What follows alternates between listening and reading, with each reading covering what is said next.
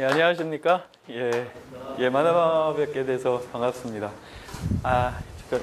마이크가 없어도 괜찮을 것 같네요. 뒤에 들리시나요? 네. 오늘 수업하는데 난관이 몇 가지가 있는데요. 제일 첫 번째 난관이 뭘까요? 춥습니다. 그래서 이걸 어떻게 해야 될까 싶지만 어떻게 해볼 수가 없네요. 그래서 흔히 이럴 때 강사들 하는 얘기 중에 하나가 공부의 열기를 올려서 덮이면 된다 그러는데 제가 그렇게 도와드릴 수 있을지는 잘 모르겠습니다만 우선 하여튼 제가 여러분들께 오늘 여기 조선전기 문명과 소학적 전통이라는 주제를 가지고 좀 몇 가지 말씀을 드려볼까 합니다. 오늘 강의가 2시간 동안 진행되지 않습니까? 그래서 한 50분 정도씩 나눠가지고 좀 진행해 볼까 하는데요. 아마 여기 처음에 팜플렛에는 지금 이게 아마 소학적 전통과 조선전기 문명인가 아마 이렇게 돼 있었을 텐데요. 이게 제가 정했던 제목 그게 아니라 그 팜플렛에 여기 공지 팜플렛에 는 거꾸로 돼 있었을 텐데 이제 제가 정했던 주제가 아니라 이런 주제로 하겠다라고 그랬는데 이제 나중에 하여튼 그렇게 하셨더라고요. 그런데 틀릴 건 없습니다만 우선은 제가 이걸 이제 좀 강조해서 말씀드리는 이유 중에 하나는요. 조선 전기의 나름대로의 이제 우리 문명이라는 것을 갖다 이제 읽어 나가는데 그런 와중에 중국과는 달리요. 물론 중국에서도 없었던 건 아닙니다만 하여튼 중국과는 달리 우리의 경우에는 조선전기 문명을 이루면서 이 소학이라는 것에 좀 약간 강조점이 들어간 대목이 있어서 이걸 좀 바꿔서 얘기하기에 좀 더 적합한 것 같아서 이제 제목을 좀 바꿔놨습니다. 그래서 우선은 오늘 2시간 동안 가려면 좀 약간 긴 기간입니다만 지금 프린트가 이렇게 나눠져 있는데요. 이렇게 찬찬히 따라오시면서 하실 텐데요.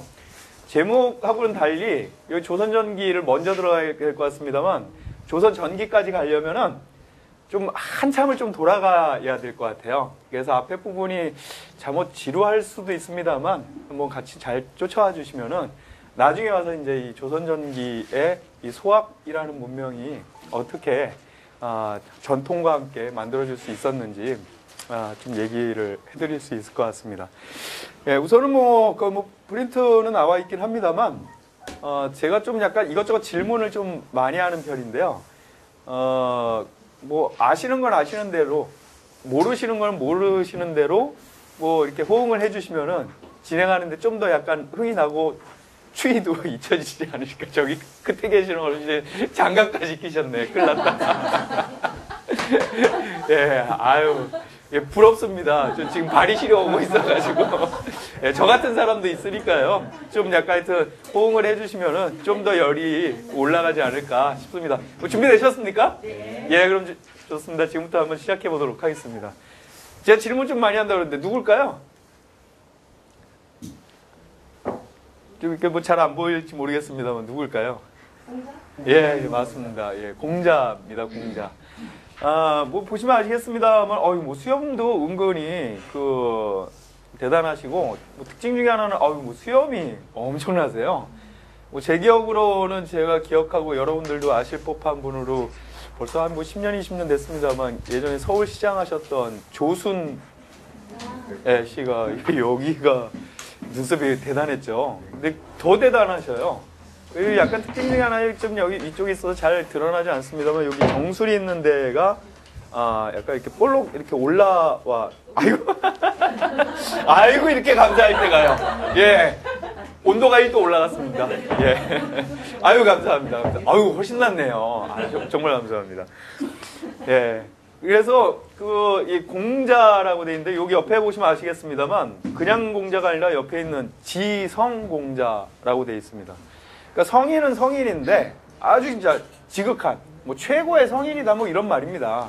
근데 좀 이따가 이제 말씀드리긴 하겠습니다만 이 지성이라는 말이 그냥 지극한 성인이다 정도에서 그치는 건 아니고요. 이게 나중에 이제 시호로까지 쓰이거든요.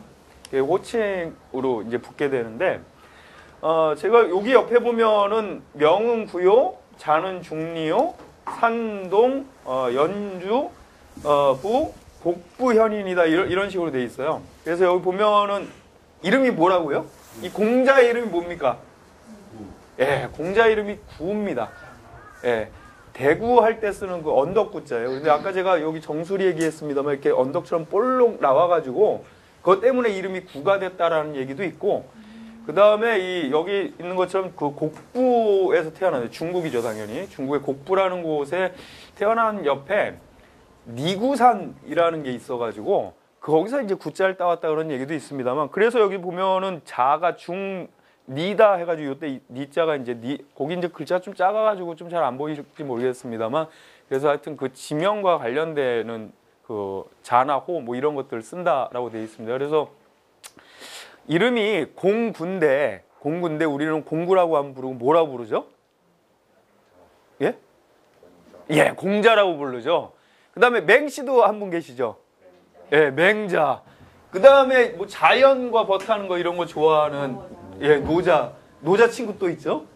예, 장자 있고요. 또 이런 사람들하고 같이 또 그 얘기되는 사람 또 하나 있습니다. 또 뭐 있을까요? 예, 순자도 있고요. 또 뭐 있습니까? 예? 예, 주자도 있고요. 예, 맹자도 있고요. 예, 율자요? 아, 열자요. 예, 열자도 있고요. 중국 사람들은 어떻게 이름이 다 똑같아요? 예? 어떻게 이렇게 다 똑같습니까? 중국 사람들은. 예, 이 자자는 아들 자자를 쓰는데 원래는 이게 의미가 선생님이라는 말입니다. 또 뭐 맹시자식, 공시자식, 노시자식 이런 말이 아니에요. 이 자자는 선생님이라는 말입니다. 그래가지고서는 뭐 맹자, 노자 이게 다 제자들이 공 선생님, 뭐 김 선생님, 이 선생님 하듯이, 근데 저희는 김 선생, 이 선생 하면은 좀 약간은 이렇게 높여 부른다기보다는 살짝 좀 높여주거나 약간 대등하게 부르는 경우들이 있죠. 근데 이 당시에는 이 자자가 굉장한 존칭이었어요. 그래서 뭐 그 책에도 보면은 공자왈, 맹자왈 이렇게 돼 있습니다. 근데 그게 뭐 다른 게 아니라 공 선생님께서 말씀하시길, 맹 선생님께서 말씀하시길 이런 말입니다. 근데 가끔 가다가 어떤 분들이 이런 거 물어보시는 분들이 있어요. 이게 선생님이라는 칭호고 극존칭에 가까운데 가끔 가다 보면 이제 우리나라에서도 뭐 그 기우자, 그 탈기자에다가 소우자 해가지고 기우자라고 호를 쓰시는 분이 계시다. 이분 너무 그 버릇없는 거 아니냐. 자기 호에다가 막 그 자기가 스스로 선생님 자를 붙이면 어떡하느냐. 그래서 이거 쓰면 잘못된 거 아니냐. 이렇게 얘기하시는 분들도 계세요. 근데 요거를 이제 가끔 가다 이제 저한테 물어보시는데 이건 차이점이 있습니다. 차이점이. 그리고 착각하실 수도 있죠. 혹시 여기 계신 여러분들이 어디 갔더니 자자가 선생님이라고 그러는데 이건 소 타는 선생님 이런 의미로 붙인 거다 라고 잘못 설명하시면 안 될 거 아닙니까? 그래서 이때는 뭐냐면요, 소를 타는 사람 이런 의미예요. 근데 이 노자, 맹자, 공자하고 기우자, 그 다음에 우리나라의 송시열은 또 뭐라고 부릅니까? 송자라고 그래요. 그래서 그분 문집이 송자대전으로 돼 있어요. 우리나라에서는 제가 알기로는 이 송시열만 송자라고 그래가지고 선생님이란 말을 붙이는 걸로 알고 있고, 그러면은 야 그런데 송시열 정도나 급이나 돼야지 퇴계 선생이나 율곡 선생도 자자 안 붙였는데 막 이렇게 붙여도 돼? 차이가 있습니다. 기우자하고 노자, 맹자, 장자하고 차이점이 뭐가 있을까요? 이 글자를 만드는데 차이점이, 다른 분들은 자자를 어디다 붙였죠? 네, 성씨에다 붙였어요. 성씨에 붙일 땐 선생님이지만 기우자 이런 것처럼 이럴 때는 그냥 뭐뭐하는 사람 이런 의미예요. 높인 게 아니에요. 놈자자를 갖다가 쓰려다가 그건 좀 약간 그렇잖아요. 그래서 아들 자자를 붙였을 뿐이고 실제 한문에서 그렇게 씁니다. 그래서 혹여라도 어디 가서 어떤 분들이 뭐 이거 잘못 썼다고 막 그 집안 뭐 쌍남 집안이다. 자기네 마음대로 막 높여서 부른다. 이렇게 하면은 잘 알려주시기 바랍니다. 그리고 실제 그거 갖고 좀 약간 싸우는 경우도 있어요. 진짜로 집안끼리. 예, 하여튼 그런데요. 공자 얘기에서 좀 많이 나왔습니다만 하여튼 그 자자는 선생님이라는 의미다라는 걸 한번 알아봐 주시면 좋을 것 같고요. 언제 태어났을까요? 예, 중국 연표를 제가 좀 이렇게 가져와 봤는데요. 그 공자님 언제 태어났을까요? 예.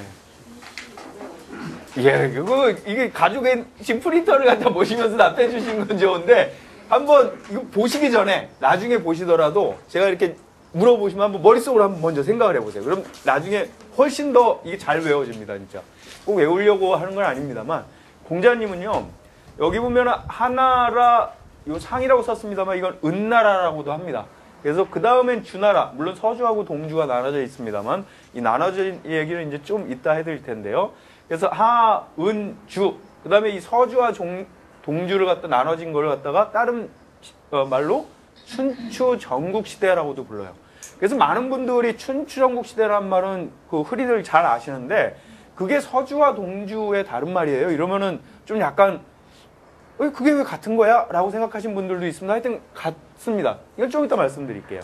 그리고 그 다음에 이 진나라가 나오는데, 이 진나라가 그 어르신들 잘 아시는 진시황. 진시황 할 때 시황이란 말은 진은 나라. 시황이란 말은 무슨 말일까요? 예, 처음 시자에다가 황제 한자. 처음 황제라고 칭을 붙였어요. 중국 누구도 황제라고 붙인 적이 없었어요. 내가 처음으로. 이유가 있죠. 왜냐하면 이 춘추전국 시대를 지나면서 너무 혼란스러웠어요. 이걸 통일을 했거든요. 그러니까 통일을 하고 자기 그 호칭을 갖다가 예전에 왕이라고 그랬는데 좀 더 약간 좀 달리 부를 필요 있지 않겠어?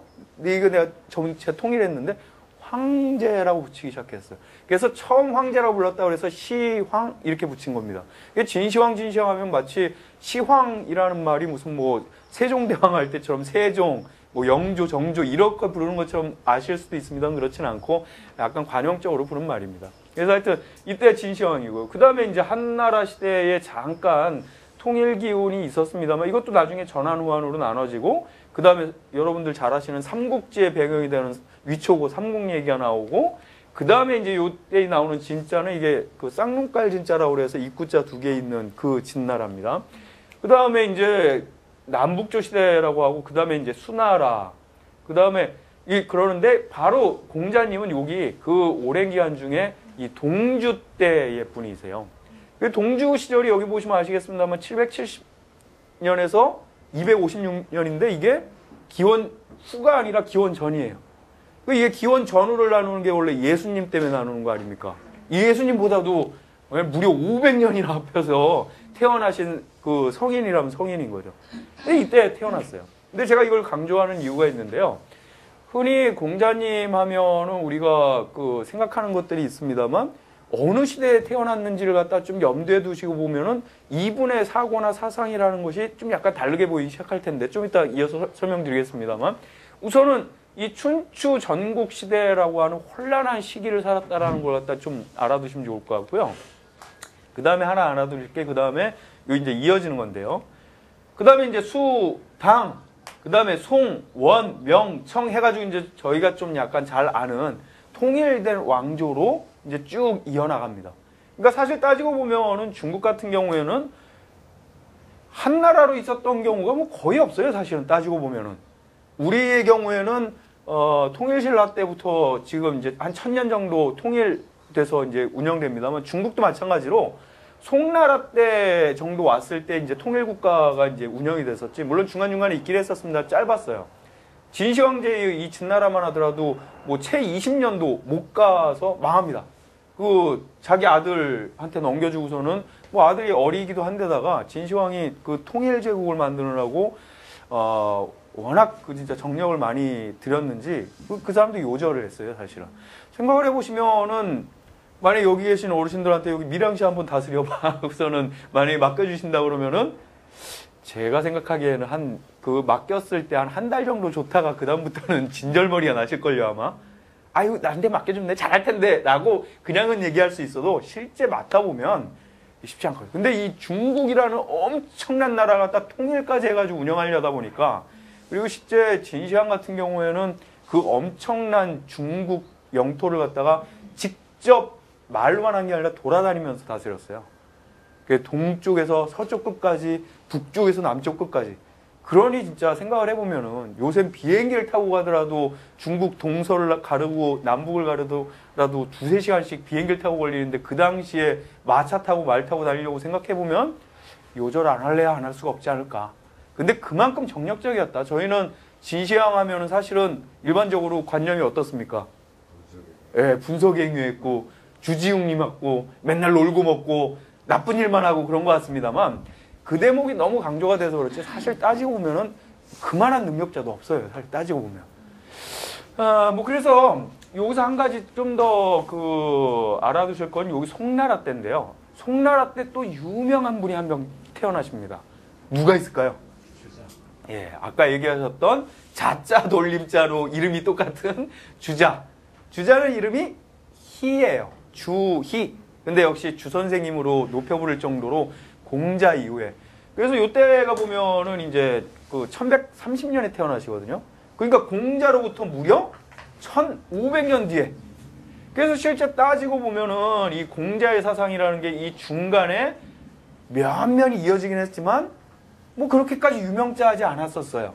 주자 때 와가지고서는 주자가 그 이전에 유학 그걸 갖다가 새롭게 정리하고 체계화하면서 신유학, 새로운 유학이다라고 부를 정도로 하나의 학문 체계를 만들어 버립니다. 그러니까 사실 이 유학이라는 게 사실 따지고 보면은 이 시기에는 좀 약간 명맥만 유지했지. 그 다음에 이제 공자 사후에 한 세대를 건너뛰어서 맹자 정도 나와가지고 유지했지. 사실은 그냥 미미했었습니다.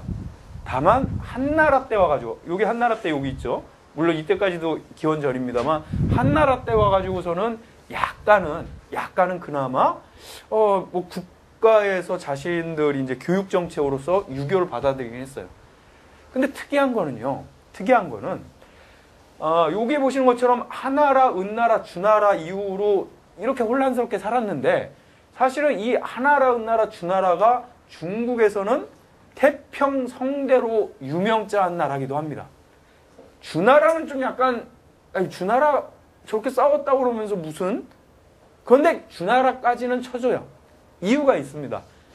지금으로 따지면 세종대왕, 세종시대 아니면 영종조시대, 선조시대 이럴 때 우리나라의 조선시대의 태평성대였던 그런 때처럼 중국의 경우는 이 하운주 그래서 3대 세 나라라는 말인데요. 이 3대 기간 동안을 최고의 태평성대로 칩니다.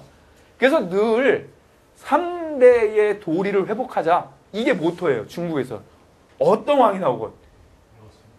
그런데 문제는요. 주나라가 되면요. 하나라 때, 은나라 때까지만 해도 괜찮은데 주나라 때 되면요. 이분 황제인데 뭐라 그러냐면요. 아무도 내 말을 듣지 않는 거예요. 말을 안 듣습니다. 황제의 권위가 땅에 떨어져가지고 그렇다고 해서 땅에 떨어졌다 그래가지고 야 너 내 말 들어 이런 정도까지는 할 수 있어도 갈아엎진 못해요. 왜냐하면 요 옆에 있는 사람들이 이제 각 나라의 제후들인데요.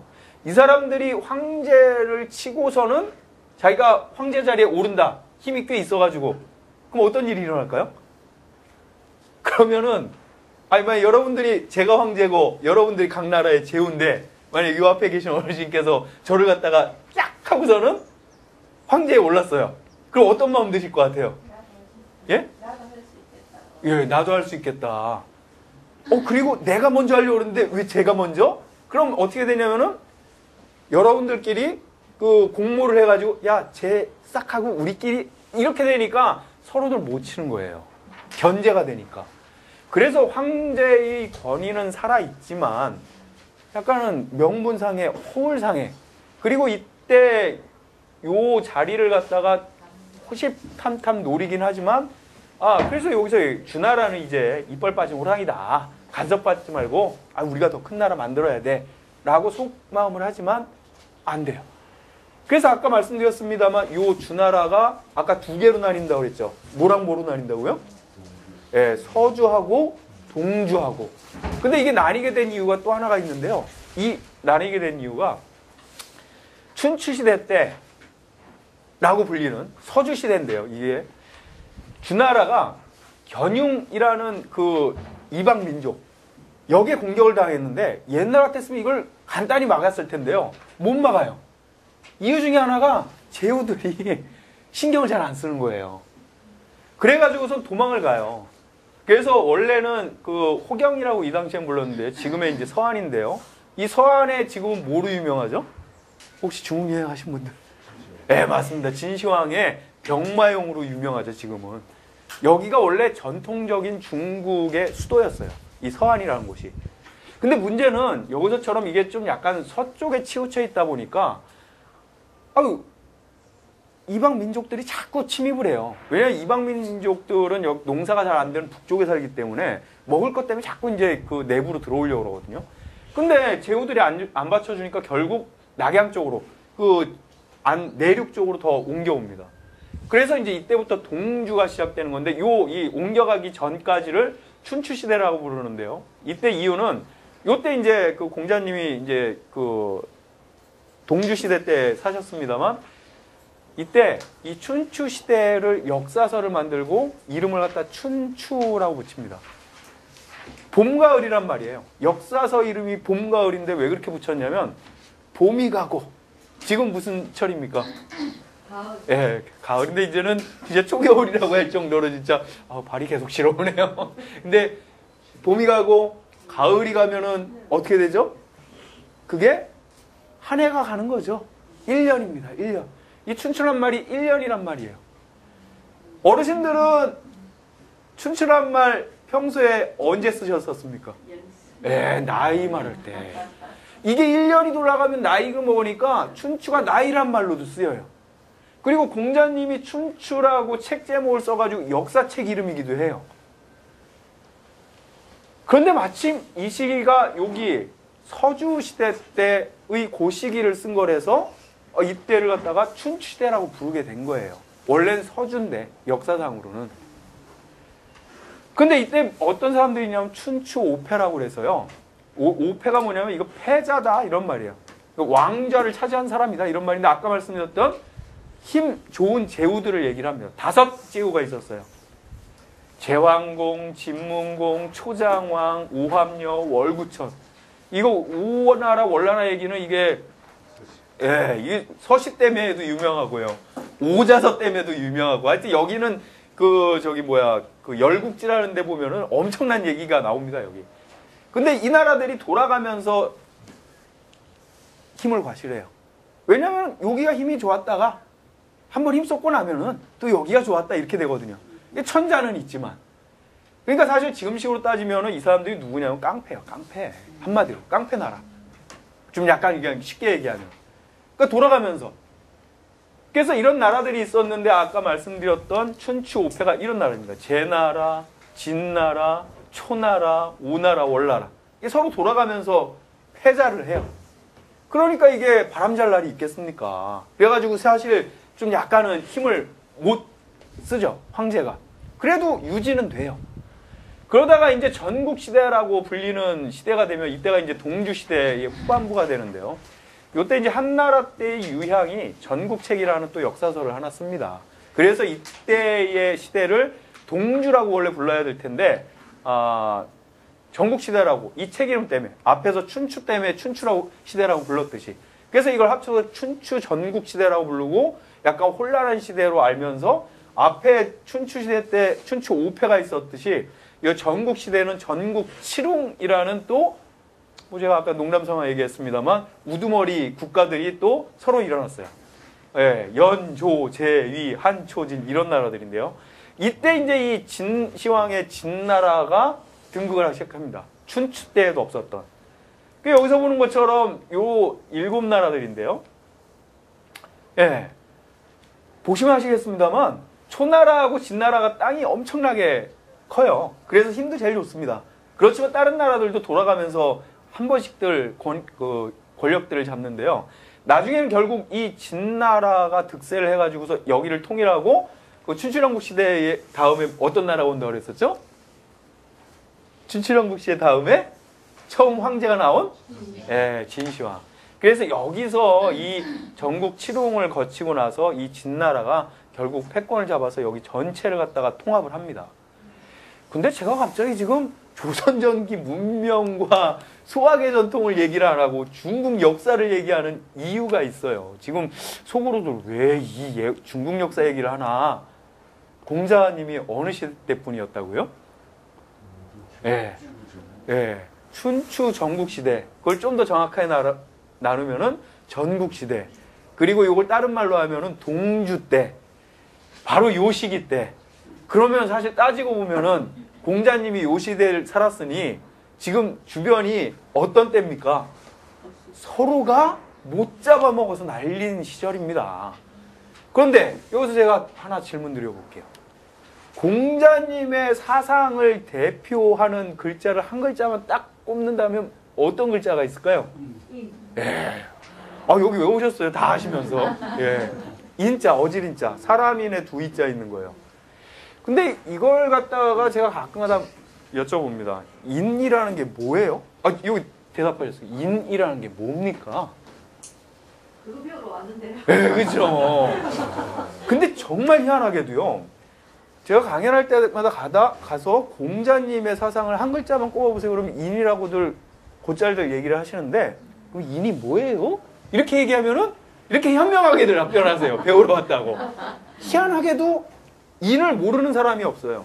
그리고 어떤 분들은 이렇게도 말씀하십니다. 그 뭐 어진 거고 어질인이다, 어진 거다. 틀린 말은 아니지만 제가 그럼 한 번 더 여쭤보죠. 어진 게 뭐예요? 어진 게 뭡니까? 모르지는 않는데 설명이 잘 안 돼요. 정말 희한하게도요. 그래서 저는 이렇게 말씀드립니다. 이게 다른 게 아니다. 이게 그래서 어떻게 보면은 중고등학교, 초중고등학교 때 다 한 번씩은 들어봤을 얘기들인데 이게 정확하게 뭐라고 설명들을 안 해주고 그냥 용어만 가르쳐주고 말기 때문에 이게 실제적으로 생활에서 쓸모가 없게 돼버려요. 이거 정말 간단하게 바꾸면 뭐냐면요. 사랑으로 바꾸면 돼요. 예, 사랑이에요, 사랑. 이걸 이렇게 바꿔놓으면은 사실은 이해 못하실 분이 하나도 없어요. 하다못해 사랑이 뭡니까? 사랑이 뭔가요? 아이고, 이렇게 설명이 나온다고요. 눈물의 씨앗이죠. 예. 다시 한번 기회 드릴까요? 사랑이 뭡니까? 인이에요. 예, 인이고. 예, 사랑이라는 거. 이러면 이제 뺑글뺑글 돌기 시작하는데. 사랑이라는 거는 뭐 다른 거 아니죠. 남 아껴주는 거. 내가 좋아하는 사람 아껴주는 거. 이게 인이, 아니, 사랑이고 인입니다. 그럼 이렇게 따지면은 사실 공자의 사상이라는 거는 사실 여기서 끝나고 여기서 수업 끝내도 됩니다. 왜냐면 공자의 사상 알았으니까. 맨날 예전에는 뭐 인이 뭐 어때가지고서 어렵게들 막 얘기를 하거든요. 근데 그 얘기 해봤자 나중에 물어보면 아무도 아는 분들이 없어요. 왜냐면 어렵게만 얘기하고 학술적으로만 얘기하고. 근데 사랑해라? 아, 이거는요 안 가르쳐도 알아서 할 수 있어요. 다만 치명적인 단점이 아는 건 너무 쉽게 할 수 있는데 실천하라 그러면 이게 어렵습니다.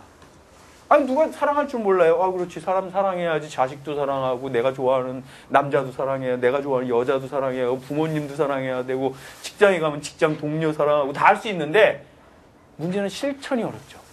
그러면 따져보시면은 제가 이제 앞으로 할 얘기를 이제 여기서 하면은 이런 시대를 살았을 때 공자가 그럼 뭘 설파한 겁니까? 인을 설파한 거 아닙니까? 그럼 한 얘기가 뭐예요? 왕들 쫓아다니면서, 제후들 쫓아다니면서 사랑하십시오. 왕들한테 얘기했으니까 누구 사랑하라는 얘기일까요? 네, 신하들, 백성들. 그러면 그 왕이나 제후들이 그 앞에서는 얘기 못했겠지만 속으로는 뭐라고 그랬을까요? 웃기고 앉았네. 좀 더 심한 사람, 미친놈. 겉으로야 아이고 진짜 고명하시고 훌륭한 말씀이다 이렇게 했습니다만 이런 시대 때. 그래서 제가 사실은 좀 많이 멀리 돌아왔습니다만 공자님을 알려면 이런 상황을 알아야지 이분의 생각이 정말 또라이 같은 생각이다 라는 걸 알 수 있어요. 아니 생각해 보십시오. 이런 시대에서 자기가 어떤 학술적으로 두각을 드러내려면 어떤 걸 공부하거나 어떤 학문을 만들어야 될까요? 네, 맞습니다. 그래서 제일 유명한 사람 중에 한 명이 누가 있을까요? 역시 자자 들어가는 사람 중에 손자. 손자가 책이 뭐가 있죠? 손자병법. 그게 뭐 하는 겁니까? 싸우는 거 아니에요. 그나마 손자는 그래도 사람이, 그분도 이제 이 공자 쪽 계열의 분이거든요. 그래서 이분은 그나마 그래도 약간 양심은 있었어요. 이분이 제1로 생각하는 손자병법에 나오는 말 중에 기억나시는 거 뭐 있을까요? 36개. 아유, 그러게요.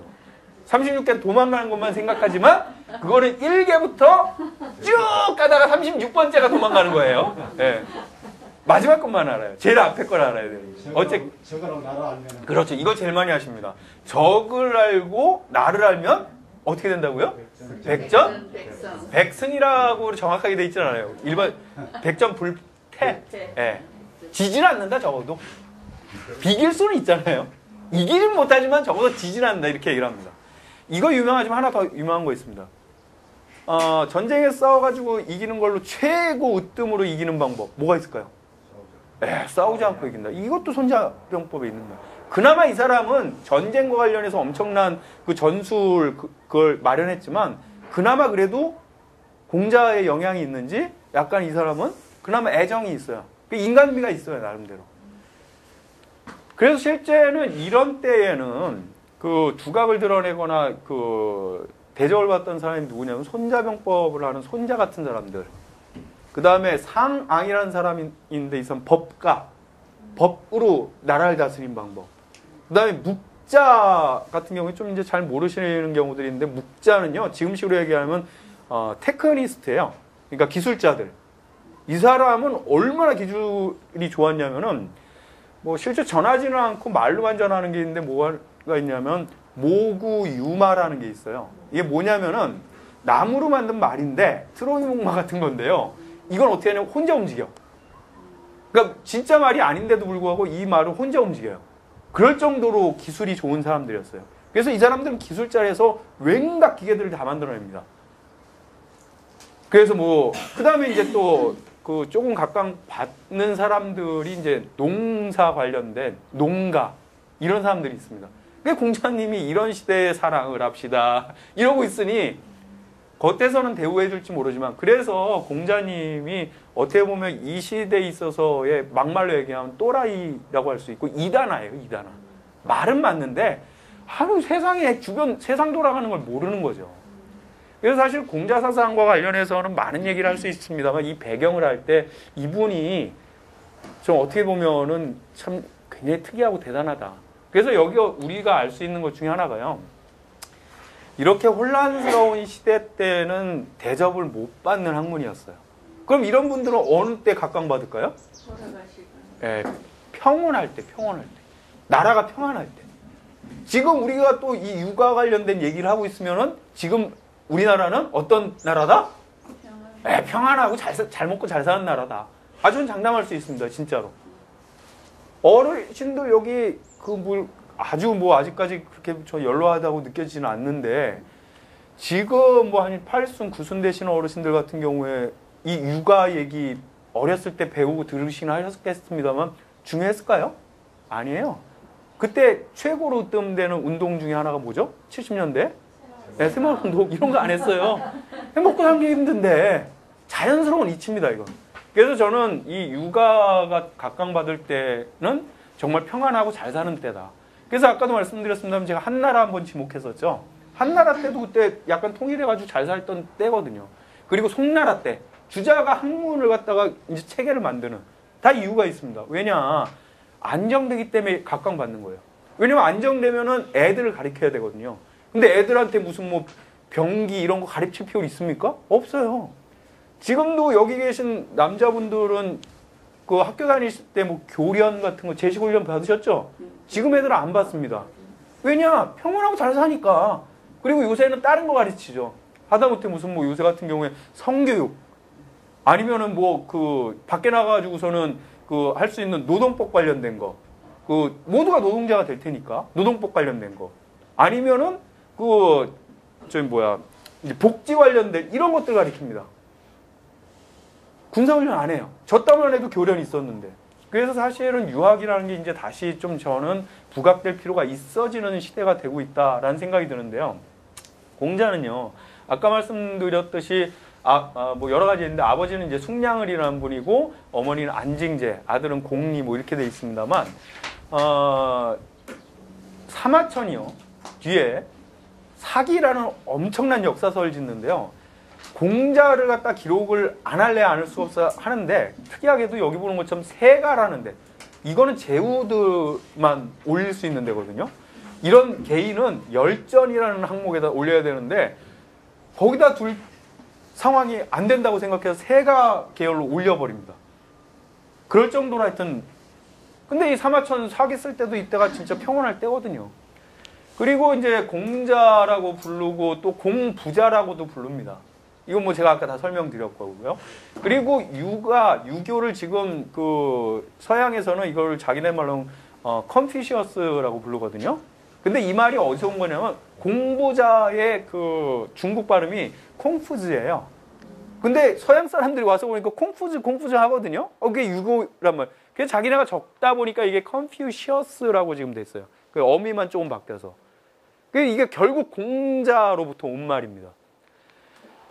그리고 원나라 때가 되면 이때는 물론 뭐 지배한 종족은 한족이 아니라 사실 몽고족이었지만 이 몽고족에서도 그러니까 이방 민족이었음에도 불구하고 이때는 통일 제국 시대였기 때문에 이때가 우리나라로 따지면 언제냐면은 고려 때였고 고려 때 몽골이 왕창 쳐내려오잖아요. 그래서 뭐 삼별초의 항쟁 뭐 이런 것들 할 때 나오는 데인데 실제 그 당시에 60여 년을 우리나라에 와가지고 전쟁을 했거든요. 9차례나 침범을 하면서. 제가 알기로는 우리나라에서 가장 오래된 전쟁은 이 몽골족 침입했을 때 원나라에서 이때만 할 때가 없었던 것 같은데요. 근데 이런 그 이방민족, 그러니까 지금 우리 방식으로 하면 오랑캐인데, 뭐 오랑캐란 말이 좋은 말은 아닌데요. 이런 나라에서도 공자에게 뭐라고 시호를 내렸냐면 대성, 지성, 아까 지성 나왔죠. 그 다음에 문선왕 이렇게 시호를 길게 장황하게 지어줍니다. 앞에 있는 대성이란 말은 집대성했다 이런 말이에요. 지성은 지극한 성인이다. 그리고 문선은 인문학을 갖다가 온 세상에 넓혔다 이런 말입니다. 그러니까 왠가 좋은 거는 무가 아니라 인문학으로는 이만한 사람이 없었다고 최고의 칭호를 준 겁니다. 문제는 여기 보시는 것처럼 어려서부터 예에 밝아서 나라에서 갖다 쓰긴 쓰는데 이 중도제라고 하는 건 이게 중도는 이게 그 한 나라의 수도를 의미합니다. 그러니까 지금식으로 얘기하면 서울시장 같은 경우인데요. 이런 걸 했는데도 불구하고 문제는 맨날 하는 얘기가 백성 아껴주고 사랑하세요 이러고 뭐 세금 많이 걷으면 안 됩니다 이런 방식으로 얘기를 하니까 아유 귀찮잖아요. 그리고 여기 삼환이라는 분이 이게 맹손씨, 중손씨, 개손씨 이런 사람인데 노나라 그 역대의 제후인데 이 사람들은 뜯어먹는 게 일인데 자꾸 못 그러게 하니까 결국 쫓겨납니다. 그리고 나중에 13년 동안을 중국 천하를 돌아다니는데요. 어떤 나라에서도 받아들여주지 않죠. 아까 말씀드렸듯이 춘추시대, 전국시대를 오면서 춘추오패, 전국칠영 이런 사람들이 그 난리거거지를 하면서 뜯어먹으려고 그러는데 와가지고서는 아우 백성들한테 세금 많이 뜯으면 안 돼요. 일 많이 시키면 안 돼요. 그리고 예로서 대해줘야 돼요.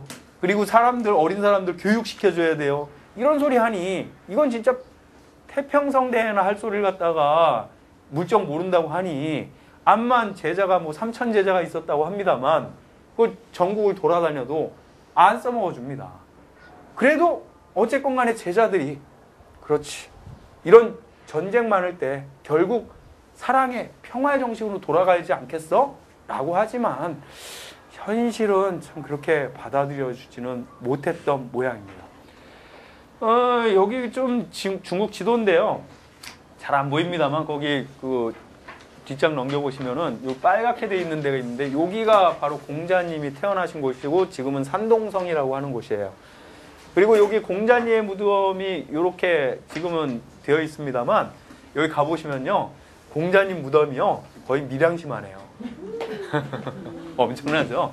이게 그 얼마나 대단한 분이면은 그렇게 해놓겠어요. 그래서 거기는 공씨 집안이 대대로 사시거든요. 혹시 여기 공씨 계시는지 모르겠습니다만 안 계시는 것 같아 보이는데요. 우리나라 공씨가 대부분 아까 공자님의 고향이 어디라고 그랬었나요? 네, 곡부죠. 지금 공씨가 곡부 공씨예요. 이 공자님 후손이에요. 네, 명나라 때인가 언제 이렇게 하여튼 중국에서 공씨가 오셔가지고 이제 시조가 된 건데요.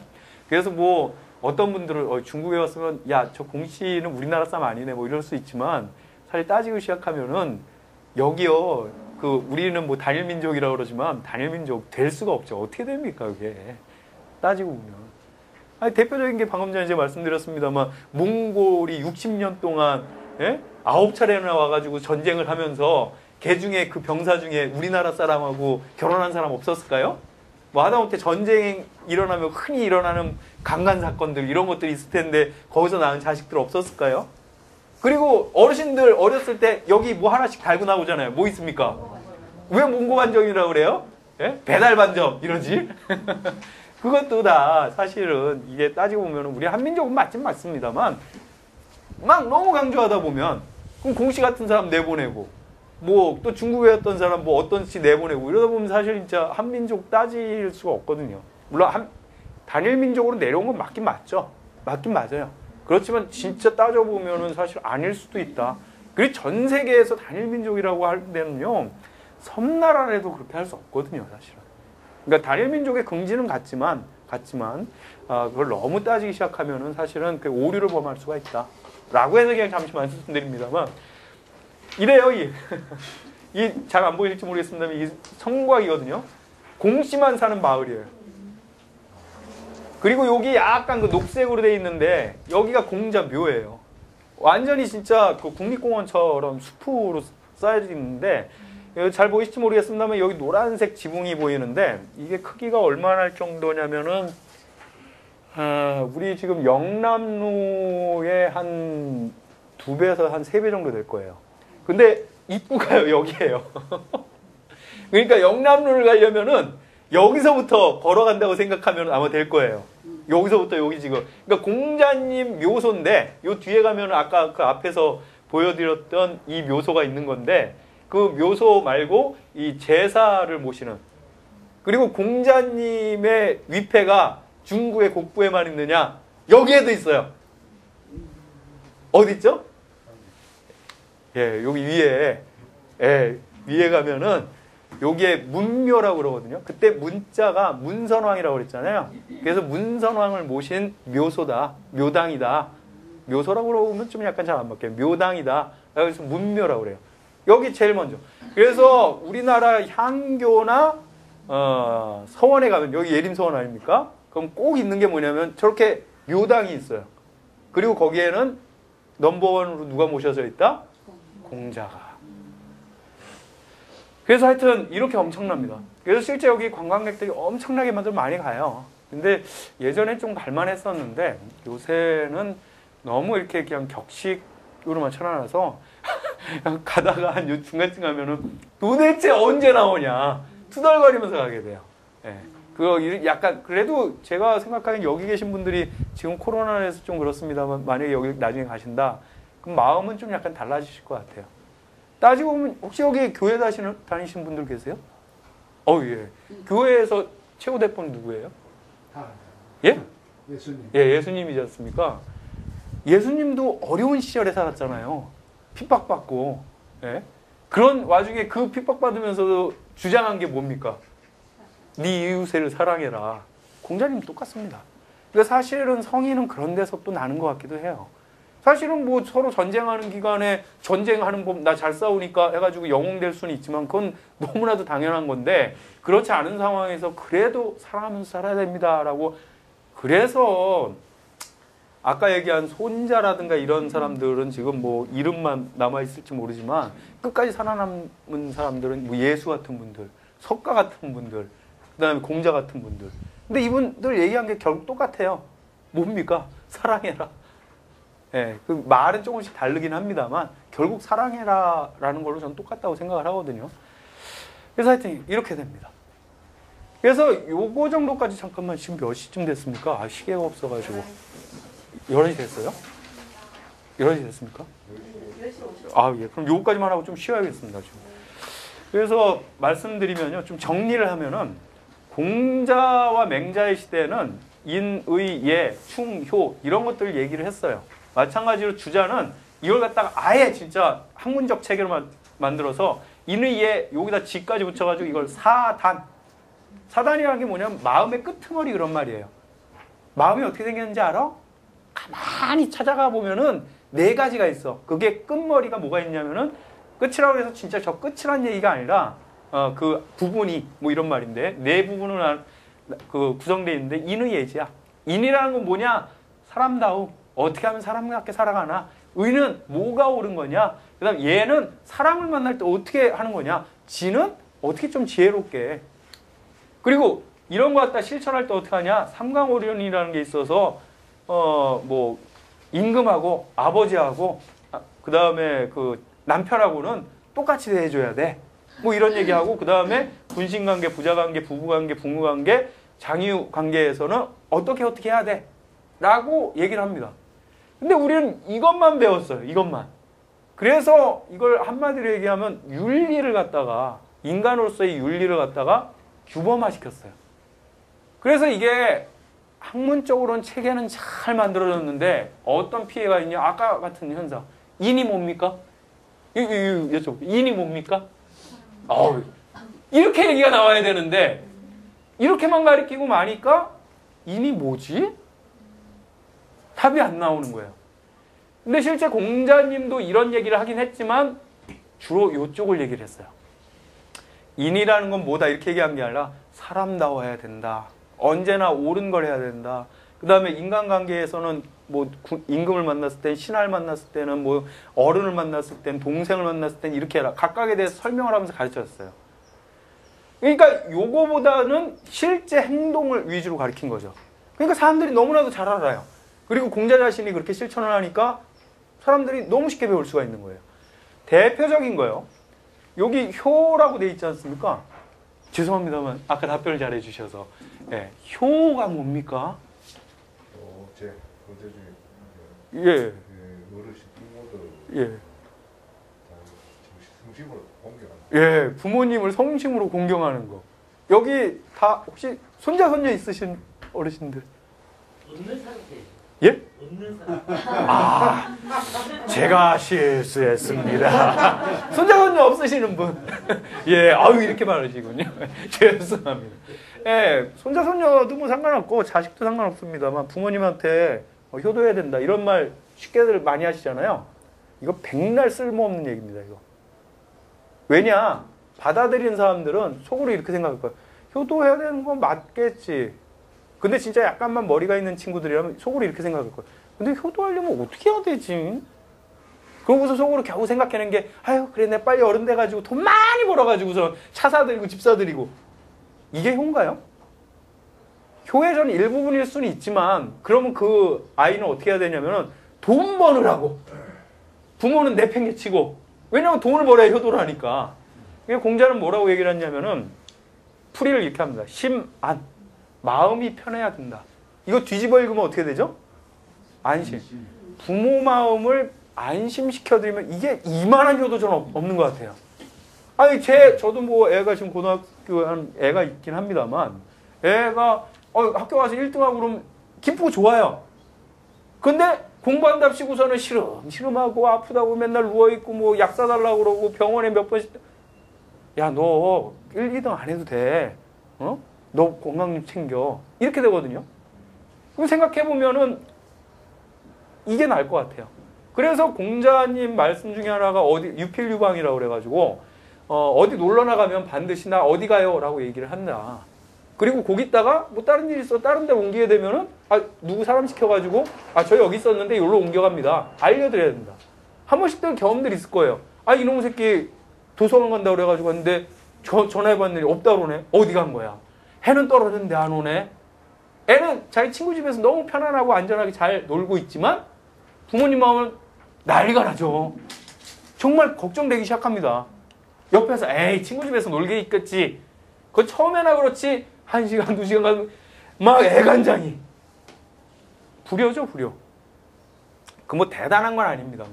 그래서 엄마 나 어디 가? 나 도서관에 있었는데 친구가 같이 뭐 저녁 먹으러 가지고 얘네 집에 가가지고서. 그래서 요게 좀 달라졌는데 1500년이 전하고 1500년 뒤하고 주자는 신유학이라고 해서 학문적으로 체계는 정말 잘 갖췄는데요. 뭐가 문제냐면은 내용은 다 들어가 있긴 한데 요거만 강조하다 보니까 뭐 군신유의 부부유친 뭐 이거 해가지고 잘 외우긴 하는데 실천력이 좀 떨어져요. 아는 사람들은 다 알지만 공자님은 실제 이거 하라고 그래요. 충 같은 경우에도 제가 똑같이 물어봤어요. 충하라, 나라에 충성하라. 그럼 물어봅니다. 나라에 충성 어떻게 합니까? 그냥 뭐 임금 열심히 섬기면 되잖아. 사실 이게 설명이 잘 안 돼요. 공자님 뭐라고 얘기했냐? 진기라고 얘기해요. 물론 나중에 이게 주자가 설명한 거긴 합니다만 자기 자신을 다한다. 이러면 이게 느낌이 오죠. 임금하고 뭘 같이 일을 도모해야 되는데 한 반만 내가 하면 되지 않아? 몸도 힘든데 반만 하면 되지 않아? 이게 아니란 거죠. 자기가 할 수 있으면 끝까지. 부모님한테도 내가 우리 부모님 고기 사드려야 되는데 한우 좀 사드려 볼까? 사러 딱 갔더니 뭐 한 근에 거기 3만 원? 나 한 근 사러 왔는데 내가 3만 원이나 지금 5만 원이 있긴 하지만 좀 약간 반근만 할까? 이게 진기가 아니라는 거죠. 그 다음에 이게 마음 편안하게 해드리는 것도 아니고. 그래서 사실은 공자님의 시대랑 아주 차이 나는 건 아니고 결국 내용은 똑같은데요. 지금 이게 문제가 뭐냐면은 요새 방식은 너무 교육 위주로 하다 보니까 시험도 봐야 되고 그러잖아요. 그러다 보니까 이것만, 왜냐면 답을 쓰려면 이런 거라지 이런 거 답 쓰기 어렵잖아요. 이것만 해오다 보니까 이게 머릿속에 뭐 인도 있고 의도 있고 충도 있고 다 있는데 실제 그거에 대해서 내용이나 어떻게 해야 되는지 물어보면 답변을 못하고 부모님들조차도 효도해라 얘기는 하는데 당연한 것처럼 얘기하고 잘 가르쳤다고 생각하지만 오히려 부모님한테 애들이 엄마 그러면 나 효도하고 싶은데 어떻게 하면 좋아? 답변 잘 못해요. 겨우 해봤자 공부 1등 하면 되지. 그럼 그 순간 어떻게 되냐? 그래 나 효도하기 위해서 공부해야지. 부모는 내팽가 치고 공부만 해요. 거기다가 픽 쓸어가지고 뭐 일찍 가는 애들도 있고 뭐 이런 애들도 있습니다 진짜. 그리고 돈 번답시고서는 돈만 벌다가 진짜 돈의 노예가 돼가지고 엄마 미안해 나 좀만 더 벌어야겠어. 이런 얘기라도 하면 좀 다행이죠. 부모 저기 가 있고 뭐 부모님 그냥 이제 통장에 넣어드렸어요. 이게 효도야. 과연 그럴까요? 오히려 돈은 좀 적게 주더라도 아니면 안 주더라도 매주 와가지고 얼굴 보고서 뭐 식사하셨어요? 제가 밥 해드릴게요. 이게 오히려 더. 그리고서 만약에 좀 더 할 수 있으면 통장에다 좀 꽂아주기도 하면은 부모님들이 더 좋아하시겠죠. 얘기가 좀 길어졌는데요. 우선 여기까지 하고 이제 우리나라로 좀 있으면 이제 바로 넘어갈 텐데요. 다음 시간에 잠깐 10분 정도만 쉬었다 하시겠습니다. 잠깐 쉬시겠습니다. 예.